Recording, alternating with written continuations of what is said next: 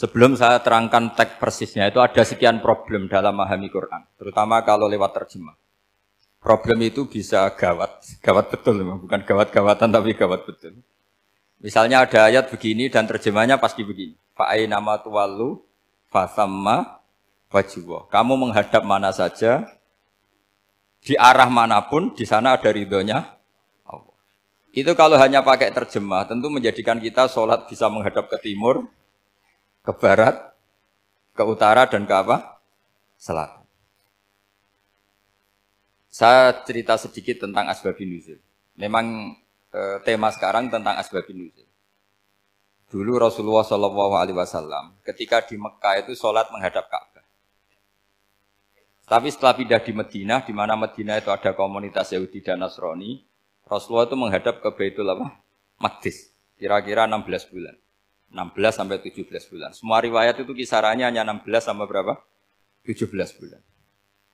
Sehingga orang Yahudi itu bilang begini, Muhammad ini baiklah, meskipun dia membawa agama baru, tapi kiblatnya masih ikut kita, masih baik kan.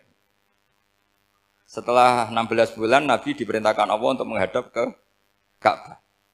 Awal liwajaka syatrul masjidil haram. Maka orang Yahudi itu berontak. Berontaknya adalah kiblat mereka ditinggalkan. Cara berpikir orang Yahudi itu kiblat mereka ditinggal. Sehingga mereka bilang mawallahum an qiblatihim allati kanu 'alaiha. Apa yang menjadikan umat Islam berpaling dari kiblat Baitul Maqdis. Kemudian mereka provokatif betul. Ini perlu diperjelas. Provokatif. Bilang begini. Inna Muhammadan tahayyara fi din. Muhammad ini bingung dalam beragama. Sehingga habis ngomong A, ngomong B. Habis kiblat Ka'bah, kiblat Baitul Maqdis. Sehingga dalam banyak tarikh disebutkan peristiwa kiblat itu terbanyak melahirkan orang murtad, orang yang keluar dari Islam. Gara-gara provokasi orang Yahudi, Muhammad tahayyara fi din. Muhammad itu bingung dalam menentukan pilihan apa? Beragama. Kemudian walhasil singkat cerita akhirnya Nabi itu madhep Ka'bah. Apa yang terjadi mukjizat itu adalah bahwa agama ini agama yang mewakili semua agama sebelumnya yang masih orisinil. Yaitu Nabi akhirnya berargumentasi Ka'bah adalah kiblat yang asli, yang lebih tua. Terus mereka tanya, buktinya apa? Dijawab oleh Quran, fihi ayatum bayyinatum maqamu apa? Ibrahim.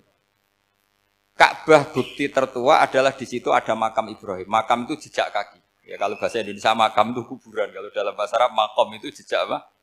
Jejak kaki. Sehingga diketahui oleh sejarah dibuktikan di situ ada jejak kaki siapa? Nabi Ibrahim. Sementara nisbatnya Baitul Maqdis itu adalah kepada Nabi Musa dan Nabi Harun. Yang ini adalah turunan dari Nabi siapa? Ibrahim. Hikmahnya apa? Begini. Sebagai bukti bahwa Baitul Maqdis pernah menjadi poros Islam atau poros Tauhid, maka Nabi Muhammad pernah disuruh menghadap ke Baitul Maqdis. Buat inget-ingetan kalau ini pernah menjadi poros apa? Tahu? Tapi tetap tua-tuaan masih tua apa? Ka'bah. Nah, kenapa tua Ka'bah tadi? Karena Ibrahim adalah Abul Anbiya, bapak dari para. Dan di situ ada jejak kakinya. Fihi ayatum bayyinatum maqam. Bukti itu belum cukup. Dibuktikan lagi bahwa Ismail kecil itu hidupnya di Ka'bah.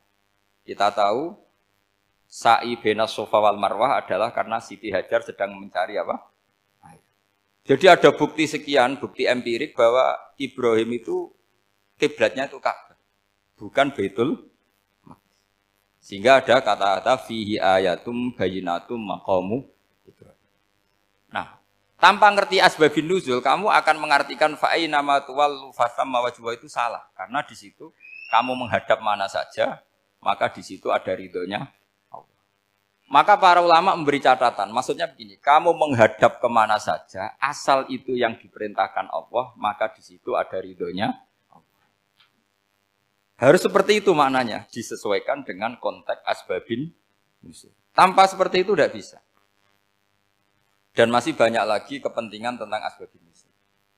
Jadi problem sekarang adalah banyak mufassir yang hanya mengartikan dari terjemah. Itu bahaya sekali. Jika ada